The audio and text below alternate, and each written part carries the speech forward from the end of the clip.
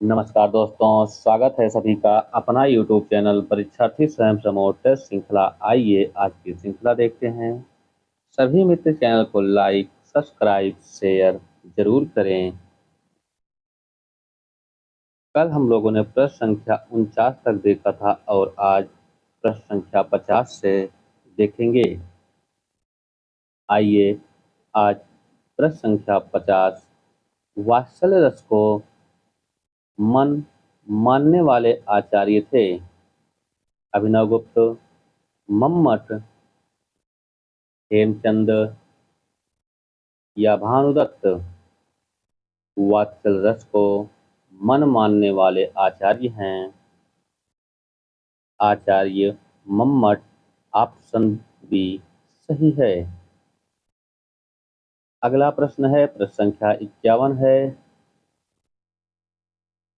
चरंगी निरूपक कवि हैं मतिराम, सुखदेव मिश्र, पद्माकर, प्रताप साय।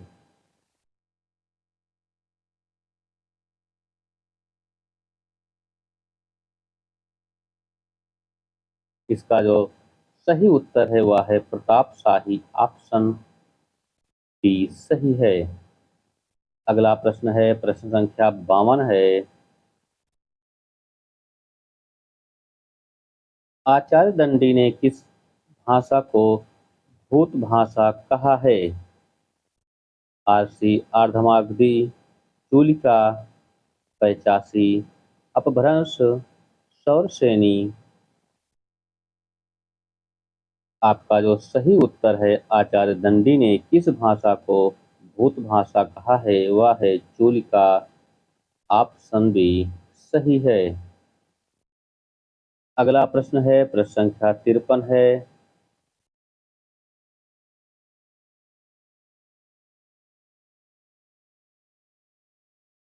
अनुशासन एवं स्वच्छंद धाराओं के बीच की कड़ी किसे कहा जाता है? रामनरेश त्रिपाठी,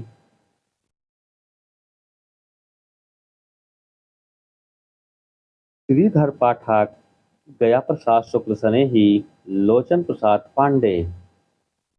अनुशासन एवं स्वच्छंद धाराओं के कवि की कड़ी कहा जाता है श्रीधर पाठक को। ऑप्शन बी सही है। अगला प्रश्न है प्रश्न संख्या 54 है। द्रौपदी 1960 किस प्रकार की रचना है? प्रबंध काव्य, गीत काव्य, खंड काव्य, महाकाव्य। द्रौपदी 1960 यह रचना है खंड काव्य। ऑप्शन सी सही है। अगला प्रश्न है प्रश्न संख्या 55 है। केवल मनोरंजन कवि का कर्म होना चाहिए, उसमें उचित उपदेश का भी मर्म होना चाहिए। भारत भारती 1912 के किस खंड से है? भविष्य खंड, वर्तमान खंड, अतीत खंड, इनमें से कोई नहीं। आपका जो सही उत्तर है केवल मनोरंजन कवि का कर्म होना चाहिए, उसमें उचित उपदेश का भी मर्म होना चाहिए। भारत भारती 1912 के यह किस खंड से है? यह भविष्य खंड से है। ऑप्शन ए सही है। अगला प्रश्न है प्रश्न संख्या 56 है। भ्रमर गीत सार के संपादक कौन थे? सूरदास, आचार्य रामचंद्र शुक्ल, विश्वनाथ प्रसाद मिश्र, विश्वनाथ त्रिपाठी। आपका जो सही उत्तर होगा भ्रमर गीत सार के संपादक थे आचार्य रामचंद्र शुक्ल। ऑप्शन बी सही है। अगला प्रश्न है प्रश्न संख्या 57 है। घनानंद कवित्व के संपादक थे आचार्य रामचंद्र शुक्ल, विश्वनाथ त्रिपाठी, विश्वनाथ प्रसाद मिश्र, डॉक्टर नगेंद्र झा। घनानंद कवित्व के संपादक थे विश्वनाथ प्रसाद मिश्र। ऑप्शन सी सही है। अगला प्रश्न है, प्रश्न संख्या 58 है। गीत फरोश का प्रकाशन वर्ष क्या है? 1953, 1955, 1958 या 1956। गीत फरोश का प्रकाशन वर्ष जो है वह है 1956। ऑप्शन डी सही है। अगला प्रश्न है, प्रश्न संख्या 59 है। किशोरीदास वाजपेयी के मत के अनुसार हिंदी में कितने कारक हैं? 5, 7, 6, 8। किशोरीदास वाजपेयी के अनुसार हिंदी में कारक हैं 6। ऑप्शन सी सही है। अगला प्रश्न है, प्रश्न संख्या 60 है। पांडव शब्द में कौन सा प्रत्यय है? तद्धित, कृदंत, स्त्री प्रत्यय नहीं है। पांडव में जो प्रत्यय है वह है तद्धित प्रत्यय। ऑप्शन ए सही है। अगला प्रश्न है, प्रश्न संख्या 61 है। धनुवर्ण में कौन सा समास है? तत्पुरुष, बहुब्रीहि, कर्मधारय, द्वंद्व। धनुवर्ण में जो समास है वह है द्वंद्व समास। ऑप्शन डी सही है। मतलब धनुष धनुवाण होना चाहिए। अगला प्रश्न है, प्रश्न संख्या 62 है। केवल सूक्ष्मगत सौंदर्य सत्ता का राग कहकर छायावाद का किसने विरोध किया? जयशंकर प्रसाद, महादेवी वर्मा, आचार्य रामचंद्र शुक्ल, अज्ञेय। आपका जो सही उत्तर है, केवल सूक्ष्मगत सौंदर्य सत्ता का राग कहकर छायावाद का किसने विरोध किया? वह किए हैं महादेवी वर्मा। ऑप्शन बी सही है।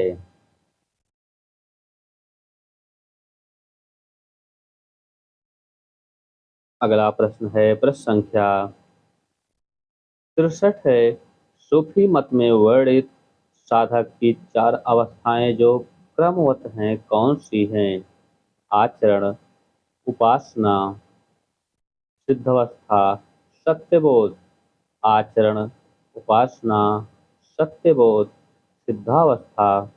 सिद्धावस्था, सत्यबोध, उपासना, आचरण, उपासना, आचरण, सिद्धावस्था, सत्यबोध। आपका सूफी मत में वर्णित साधक की 4 अवस्थाएं हैं। चारों ऑप्शन आपके सामने है। इसमें कौन सा सही है? वह है आचरण, उपासना, सत्यबोध, सिद्धा अवस्था। ऑप्शन बी सही है। अगला प्रश्न है, प्रश्न संख्या 64 है।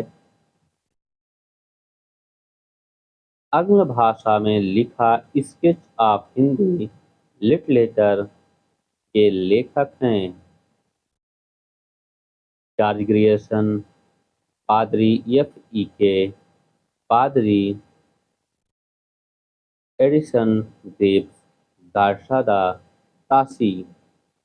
आपका जो उत्तर होगा, आंग्ल भाषा में लिखा स्केच ऑफ हिंदी लिटरेचर के लेखक हैं पादरी एडिसन ग्रेव्स। ऑप्शन सी सही है। अगला प्रश्न है, प्रश्न संख्या 65 है। ए हिस्ट्री ऑफ हिंदी लिटरेचर 1920 के लेखक हैं पादरी F.E.K. लोंजाइनस, पादरी एडिसन ग्रिव्स। इनमें से कोई नहीं। आपका जो सही उत्तर है ए हिस्ट्री ऑफ हिंदी लिटरेचर 1920 के लेखक हैं पादरी एफ ई के। ऑप्शन ए सही है। अगला प्रश्न है प्रश्न संख्या 66 है।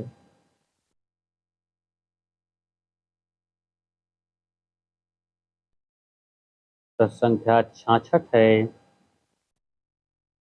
बेपुत्र कौन सा अनुभाव है? आंगिक, वाचिक, सात्विक, बौद्धिक। आपका जो सही उत्तर है वह है सात्विक। ऑप्शन सी सही है। अगला प्रश्न है प्रश्न संख्या 67 है। उत्तर आधुनिक चिंतन की एक निष्पत्ति निम्नलिखित में क्या है? एकार्थ, सर्वथा, अनेकार्थक, अर्थनिरपेक्षता। आपका जो सही उत्तर है उत्तर आधुनिक चिंतन की एक निष्पत्ति निम्नलिखित में से क्या है? वह है अर्थ निरपेक्षता। ऑप्शन डी सही है। अगला प्रश्न है प्रश्न संख्या 68 है। रिक्शा शब्द किस भाषा का शब्द है?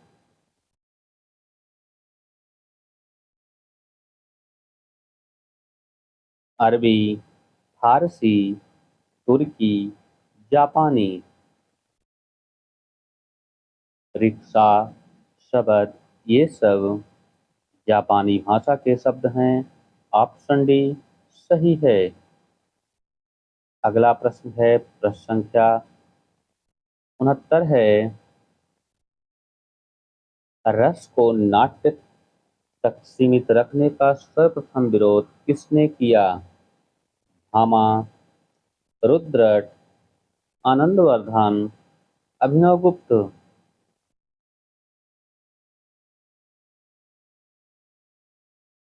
रस को नाट्य तक सीमित रखने का सर्वप्रथम विरोध किया है अभिनवगुप्त ने। ऑप्शन डी सही है।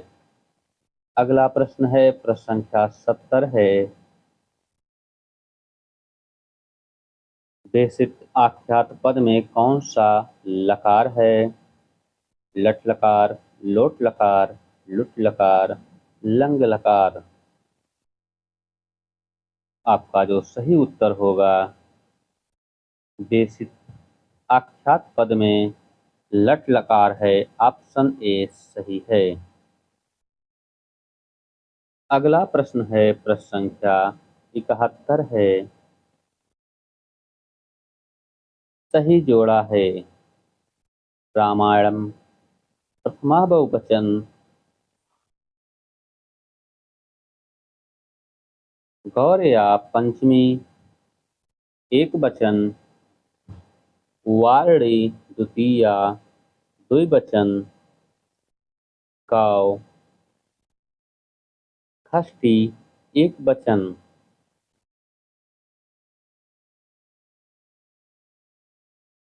इसका जो सही उत्तर है इसमें कौन सा सही जोड़ा है? इसमें सही जोड़ा तो दो ऑप्शन हो गया है। आपका जो सही उत्तर है वह है बी और सी दोनों। अगला प्रश्न है प्रश्न संख्या 72 है। इस महाकाव्य को विद्वानों के लिए औषधि माना गया है? किरातार्जुनीयम, शिशुपालवधम, रघुवंशम, नैषधीचरितम। इस महाकाव्य को विद्वानों के लिए औषधि माना गया है वह है नैषधीचरितम। ऑप्शन डी सही है। अगला प्रश्न है प्रश्न संख्या 73 है। हिंदी साहित्य सम्मेलन प्रयाग की स्थापना कब की गई? 1908, 1910, 1925, 1893। हिंदी साहित्य सम्मेलन प्रयाग की स्थापना 1910 ईस्वी में की गई है। ऑप्शन बी सही है। अगला प्रश्न है, प्रश्न संख्या 74 है। आलसियों का कोड़ा किसकी रचना है? राजा लक्ष्मण सिंह, राजा शिव प्रसाद सितारे हिंद, मुंशी सदा सुखलाल, सरल मिश्र। आपका जो सही उत्तर होगा, आलसियों का कोड़ा, यह रचना है शिव प्रसाद सितारे हिंद का। ऑप्शन बी सही है। अगला प्रश्न देखते हैं। प्रश्न संख्या 75 है। हृदय का मधुर भार किसकी काव्य कृति है? आचार्य शुक्ल का, माखनलाल चतुर्वेदी का, सिया राम शरण गुप्त का, रूप नारायण पांडे का। आपका जो सही उत्तर है, हृदय का मधुर भार, यह काव्य कृति है आचार्य रामचंद्र शुक्ल का। ऑप्शन ए सही है। अगला प्रश्न है, प्रश्न संख्या 76 है। मोर का पर्यायवाची है हरि, विशिख, विलक्षण, पंडित। इसमें कौन सा एक मोर का पर्यायवाची है? वह है विशिख। ऑप्शन बी सही है। अगला प्रश्न है, प्रश्न संख्या 77 है। हार की जीत का प्रकाशन वर्ष क्या है? 1910, 1920, 1915, 1925। हार की जीत कहानी का जो प्रकाशन वर्ष है वह है 1920 ईस्वी। ऑप्शन बी सही है। अगला प्रश्न है, प्रश्न संख्या 78 है। किस प्रकार के निबंध में समाज शैली प्रयुक्त होती है? भावात्मक, वर्णात्मक, विवरणात्मक, विचारात्मक। आपका जो सही उत्तर है, किस प्रकार के निबंधों में समाज शैली प्रयुक्त होती है, वह है विचारात्मक। ऑप्शन डी सही है। अगला प्रश्न है, प्रश्न संख्या 79 है। नी धातु के लंग लकार मध्यम पुरुष एक वचन का रूप होगा। अनयम, अनयन, अनयत, अनया। आपका जो सही उत्तर है, नी धातु के लंग लकार मध्यम पुरुष एक वचन का जो रूप होगा वह है अनयः। ऑप्शन डी सही है। अगला प्रश्न है, प्रश्न संख्या 80 है। तुमुन प्रत्यय का प्रयोग निम्नलिखित में से किस अर्थ में होता है? चाहिए के अर्थ में, योग के अर्थ में, के लिए के अर्थ में, करके। तुमुन प्रत्यय का प्रयोग होता है के लिए के अर्थ में। ऑप्शन सी सही है। अगला प्रश्न है, प्रश्न संख्या 81 है। शोधन आगतम बराबर स्वागतम, इस संधि में किस सूत्र का प्रयोग हुआ है? आकाशवाणी दीर्घा, आदगुणः, ईको अड़ची, वृद्धिरेचि। आपका जो सही उत्तर है, शोधन आगतम स्वागतम, इस संधि में जो सूत्र का प्रयोग हुआ है वह है इको एड़ची। ऑप्शन सी सही है। अगला प्रश्न है, प्रश्न संख्या 82 है। चंद्रमा चंद्रमा के समान है, कौन सा अलंकार उपयुक्त प्रयुक्त हुआ है? प्रतीक, अन्वय, विशेषोक्ति, रूपक्तिशयोक्ति। आपका जो सही उत्तर है, चंद्रमा चंद्रमा के समान है, इसमें जो अलंकार प्रयुक्त है वह है अन्वय।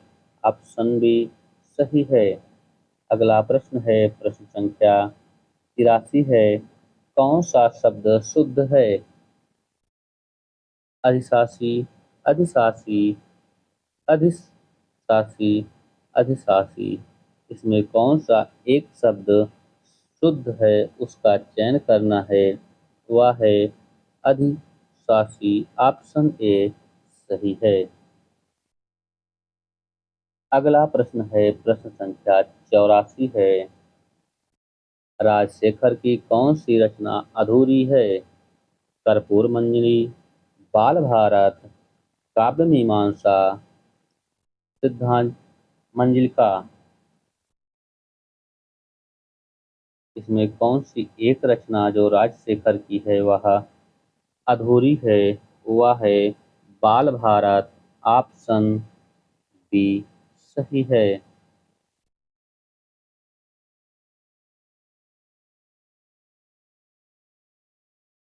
अगला प्रश्न है प्रश्न संख्या 85 है। सत्यर्थे प्रथमाय स्वजमन सहस्ते क्रमधेन तनेवृत्त्याम निमित्तगत्ते यमक की यह परिभाषा किसने दी? मम्मट, राजशेखर, विश्वनाथ, भामा। यह परिभाषा दी है विश्वनाथ ने। ऑप्शन सी सही है। अगला प्रश्न है प्रश्न संख्या 86 है। संवेदनात्मक ज्ञान और ज्ञानात्मक संवेदन सूत्र के प्रयोक्ता हैं विजय देवनारायण शाही, रमेश कुंतक में मनोहर श्याम जोशी, मुक्तिबोध। संवेदात्मक ज्ञान और ज्ञानात्मक संवेदन सूत्र के प्रयोक्ता हैं मुक्तिबोध। ऑप्शन डी सही है। अगला प्रश्न है प्रश्न संख्या 87 है। भारतीय भाषा परिषद कलकत्ता द्वारा प्रकाशित पत्रिका की बसमती आकार बहुवचन वागार्थ में कौन सी एक पत्रिका है भारतीय भाषा परिषद कलकत्ता द्वारा प्रकाशित थी? वह है वागार्थ। ऑप्शन डी सही है।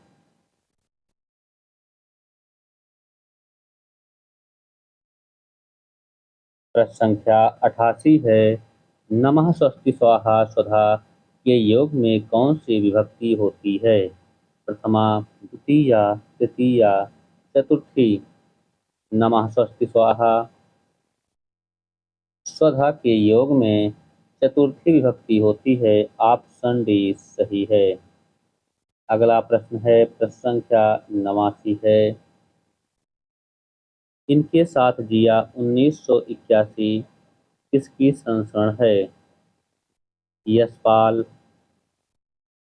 जैनेन्द्र, अमृतलाल नागर, इनमें से कोई नहीं। जिनके साथ जिया 1981 यह संस्मरण है अमृतलाल नागर का। ऑप्शन सी सही है। अगला प्रश्न है प्रश्न संख्या 90 है। पाई मैंने अज तुड़ी में अपनी चाह धनी किस रचना से है? यशोधरा, साकेत, पंचवटी, जयद्रथ वध। आपका जो सही उत्तर है वह है जयद्रथ वध। ऑप्शन बी सही है। अगला प्रश्न है प्रश्न संख्या 91 है। मोहन राकेश किस नाटक के अश्वघोष की महाकाव्य शोरानंद की छाया का आधार माना जाता है? लहरों के राजहंस, आधे अधूरे, आषाढ़ का एक दिन, कोई नहीं। आपका जो सही उत्तर है मोहन राकेश किस नाटक को अश्वघोष को महाकाव्य शोरानंद की छाया का आधार माना जाता है वह है लहरों का राजहंस 1963 ईस्वी। ऑप्शन ए सही है। अगला प्रश्न है प्रश्न संख्या 92 है। कौन सा फारसी शब्द है? चेचक, चम्मच, चश्मा, चाकू। इसमें कौन सा एक फारसी शब्द है? वह है चश्मा ऑप्शन सी सही है। अगला प्रश्न है प्रश्न संख्या 93 है। अलंकार ग्रंथ नहीं है। भाषाभूषण, ललित ललाम, अंगदर्पण, शिवराजभूषण। इसमें कौन सा एक अलंकार ग्रंथ नहीं है?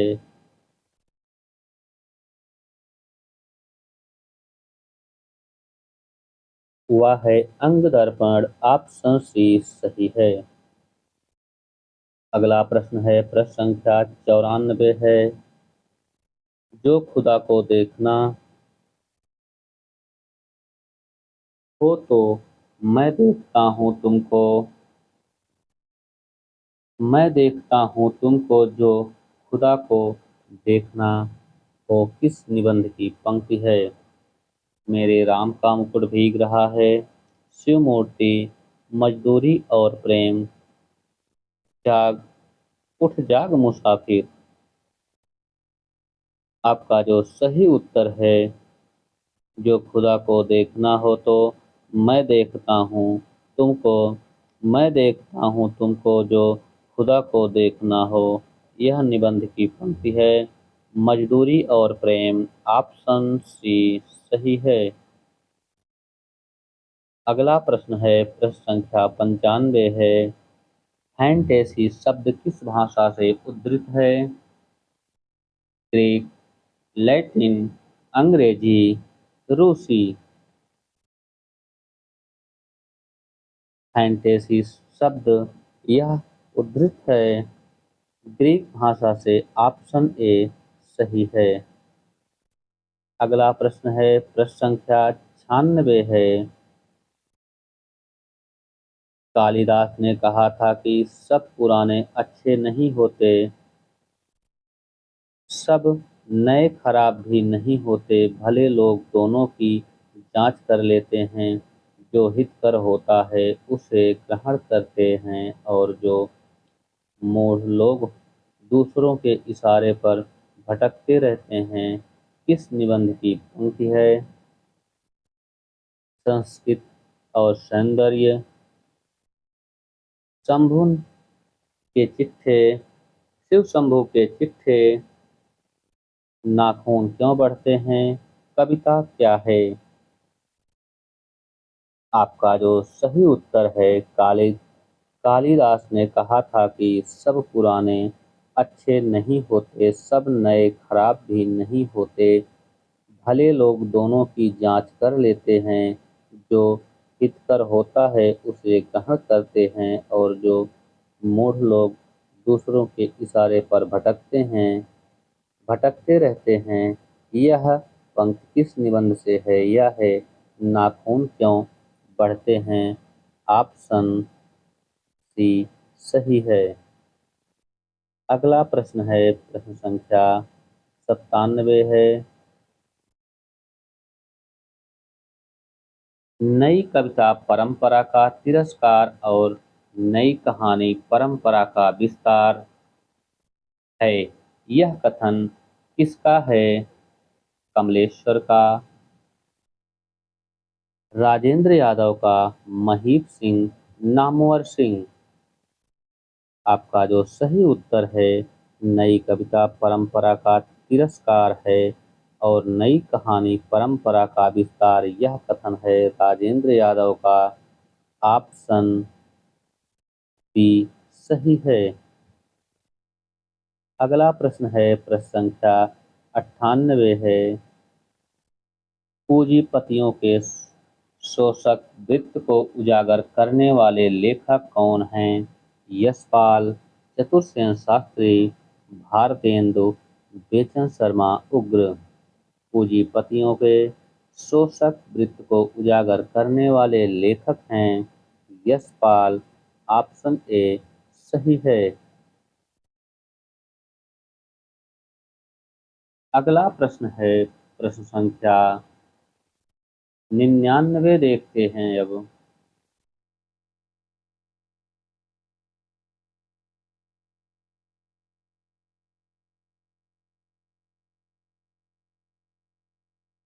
प्रसाद की गुंडा कहानी में इतिहास के किस युग का चित्रण है?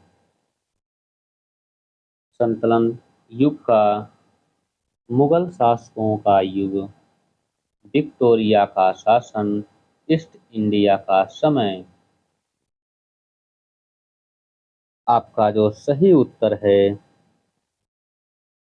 प्रसाद की गुंडा कहानी में इतिहास के किस युग का चित्रण है, वह है ईस्ट इंडिया का समय। ऑप्शन डी सही है। अगला प्रश्न है, प्रश्न संख्या 100 है। पुष्पदंत की प्रबंध रचना है? ऋक्षिणेमुचर्यु, इड़य कुमार चर्यु, भविष्यत कहा, परमचर्यु। आपका जो सही उत्तर है, पुष्पदंत का की प्रबंध रचना जो है वह है इड़य कुमार चर्यु। ऑप्शन बी सही है। अगला प्रश्न है, प्रश्न संख्या 101 है। मैथिली हिंदी में रचित गद्य की प्रथम पुस्तक है? उक्त व्यक्ति प्रकरण, वर्ण रत्नाकर, राउरवेल, बसंत विलास। मैथिली हिंदी में रचित गद्य की प्रथम पुस्तक है, वह है वर्ण रत्नाकर। ऑप्शन बी सही है। अगला प्रश्न है, प्रश्न संख्या 102 है। आदिकाल को सिद्ध सामंत युग किसने कहा? सुमन राजे, राम कुमार वर्मा, राहुल संकृत्यायन, विश्वनाथ प्रसाद मिश्र। आदिकाल को सिद्ध सामंत युग कहा है राहुल संकृत्यायन ने। ऑप्शन सी सही है। अगला प्रश्न है, प्रश्न संख्या 103 है। अपभ्रंश शब्द का सबसे पहले उल्लेख किसने किया? पातंजल, नागा अर्जुन, सराहपा, पाणिनि। अपभ्रंश का सबसे पहले उल्लेख किया है पातंजल ने। ऑप्शन ए सही है। अगला प्रश्न है, प्रश्न संख्या 104 है। अवहट्ठ में शिक्षा शब्द के लिए कौन सा शब्द मिलता है? शिक्षा, शिक्षा, शिक्षा, शिक्षव। आपका जो सही उत्तर है, अवहट्ठ में शिक्षा शब्द के लिए कौन सा शब्द मिलता है, वह है शिक्षा। ऑप्शन बी सही है। अगला प्रश्न है, प्रश्न संख्या 105 है। रामानंद की शिष्य परंपरा में नहीं थे? कबीर, रैदास, मलूक, नानक। इसमें मलूकदास नहीं थे रामानंद की शिष्य परंपरा में। ऑप्शन सी सही है। अगला प्रश्न है, प्रश्न संख्या 106 है। संत साधन संत साधना का साहित्यिक रूप प्रारंभ हुआ? काशी, प्रयाग, उज्जैन, पढ़रपुर। आपका जो सही उत्तर है वह है संत साधना का जो साहित्यिक रूप प्रारंभ हुआ वह है पढ़नपुर। ऑप्शन डी सही है। अगला प्रश्न है, प्रश्न संख्या 107 है। शीत स्वामी का समय था? 1496 से 1578, 1505 से 1585, 1515 से 1585 और 1530 से 1585। इसमें शीत स्वामी का समय जो सही है वह है 1515। 1585 ऑप्शन सी सही है। अगला प्रश्न है प्रश्न संख्या 108 है। गीत संग्रह के रचनाकार रहे श्रीपति, रसनिधि, सुरत मिश्र, रसिकानंद। इसमें थोड़ा सा त्रुटि है प्रश्न में। गीत संग्रह के रचनाकार होना चाहिए था और इसका उत्तर जो सही होगा वह है रसनिधि, ऑप्शन बी सही है। अगला प्रश्न है प्रश्न संख्या 109 है। आप वहां मत जाइए रेखांकित पद का पद परिचय होगा निषेधवाचक, निपात, रीतिवाचक क्रिया विशेषण, स्थानवाचक पद विशेषण, स्थानवाचक क्रिया विशेषण। आपका जो सही उत्तर है आप वहां मत जाइए रेखांकित पद में जो पद परिचय होगा वह है निषेधवाचक, ऑप्शन ए सही है। अगला प्रश्न है प्रश्न संख्या 110 है। इसमें भी थोड़ा सा त्रुटि है। दशरथ के पुत्र राम ने रावण को मारा, इस वाक्य में कौन सा पद कारक बनने की सबसे कम योग्यता रखता है? तो इसमें यहाँ पर दशरथ होगा। राम ने, रावण, दशरथ, पुत्र। आपका जो सही उत्तर है दशरथ के पुत्र राम ने रावण को मारा, इस वाक्य में कौन सा पद कारक बनने की सबसे कम योग्यता रखता है? वह है राम, ऑप्शन ए सही है। अगला प्रश्न है प्रश्न संख्या 111 है। संज्ञाओं के साथ आने वाली विभक्ति को क्या कहा जाता है?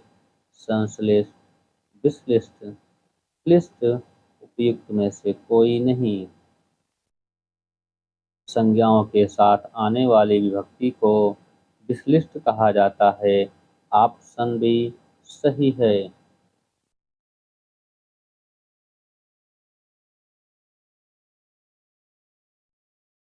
अगला प्रश्न है प्रश्न संख्या 112 है।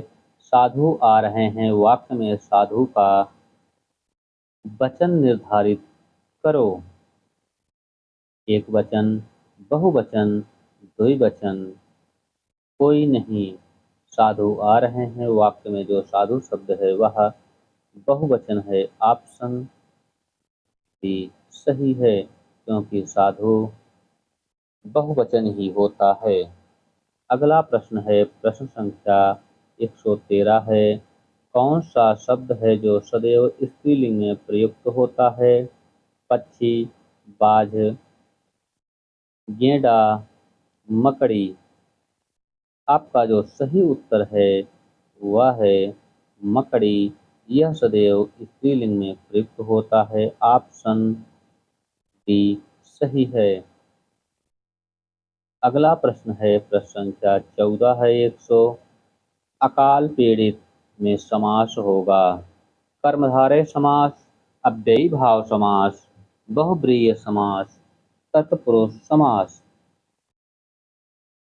अकाल पीड़ित में तत्पुरुष समास है, ऑप्शन डी सही है।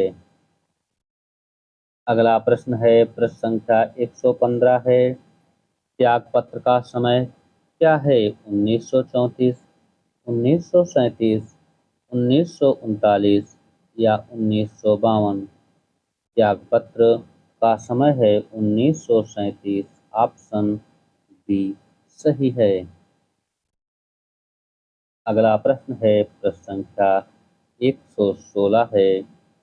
मनोविश्लेषणवादी कथाकार नहीं हैं चतुरसेन शास्त्री, अज्ञेय, कीलाचंद जोशी, जैनेन्द्र। इसमें कौन से एक मनोविश्लेषणवादी कथाकार नहीं हैं? वह हैं चतुरसेन शास्त्री, ऑप्शन ए सही है। अगला प्रश्न है, प्रश्न संख्या 117 है, कौन सी कृति वृंदावन लाल वर्मा की है? लाल तारा, चित्रलेखा, चित्ररेखा, भुवन विक्रम। आपका जो सही उत्तर है, कौन सी कृति वृंदावन लाल वर्मा की नहीं है, वह है भुवन विक्रम। ऑप्शन डी सही है। अगला प्रश्न है, प्रश्न संख्या 118 है, कलगी बजारे की किस काव्य संग्रह में संकलित है? हरी घास, क्षण भर, आसाध्य वीणा, आंगन के पार द्वार, बावरा आहेरी। आपका जो सही उत्तर है वह है हरी घास पर क्षण भर। ऑप्शन ए सही है। अगला प्रश्न है, प्रश्न संख्या 119 है, संस्कृत में कर्मधारय समास के कितने भेद होते हैं? 2, 3, 4, कोई नहीं। संस्कृत में कर्मधारय के 4 भेद होते हैं। ऑप्शन सी सही है। अगला प्रश्न है, प्रश्न संख्या 120 है, कुगति प्रदाय सूत्र है कर्मधारय समास का, तत्पुरुष समास का, अव्ययी भाव समास का, द्विगु समास का। आपका जो सही उत्तर है, कुगति प्रदायः सूत्र है, यह सूत्र है तत्पुरुष समास का। ऑप्शन बी सही है। अगला प्रश्न है, प्रश्न संख्या 121 है, पुल्लिंग शब्दों को स्त्रीलिंग बनाने के लिए किस प्रत्यय को लगाते हैं? तुमुन, चाय, भय, टॉप। पुल्लिंग शब्दों को स्त्रीलिंग शब्द बनाने के लिए टाप प्रत्यय को लगाते हैं। ऑप्शन डी सही है। अगला प्रश्न है, प्रश्न संख्या 122 है, वैदिक संस्कृत में अर्थात वेदों में उपासंगों की संख्या कितनी है? 19, 20, 21, 22। आपका जो सही उत्तर है, वैदिक संस्कृत में अर्थात वेदों में उपसर्गों की संख्या, सर्गों की संख्या है 20। ऑप्शन बी सही है। अगला प्रश्न है, प्रश्न संख्या 123 है, लता के द्वारा ग्रंथों को पढ़ा जाता है, संस्कृत अनुवाद होगा। लताय ग्रंथः पठते, लताम ग्रंथम पठति, लताय ग्रंथा पठसि, लतः ग्रंथा पठति। आपका जो सही उत्तर है, लता के द्वारा ग्रंथों को पढ़ा जाता है, इसमें कौन सा एक संस्कृत अनुवाद सही है? वह है लताय ग्रंथः पठते। ऑप्शन ए सही है। अगला प्रश्न है, प्रश्न संख्या 124 है, अष्टाध्यायी में कुल कितने चरण होते हैं? 4, 128, 8, 32। आपका जो सही उत्तर है, अष्टाध्यायी में कुल 32 चरण होते हैं। ऑप्शन डी सही है। अगला प्रश्न है, प्रश्न संख्या 125 और इस श्रृंखला का अंतिम प्रश्न, एनांग विकारा किस विभक्ति का सूत्र है? द्वितीया, तृतीया, चतुर्थी, पंचमी। आपका जो सही उत्तर है, एनांग विकाराः। यह सूत्र है तृतीया विभक्ति का। ऑप्शन बी सही है।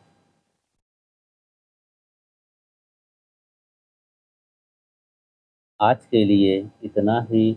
सभी मित्र चैनल को लाइक, सब्सक्राइब, शेयर जरूर करें। धन्यवाद।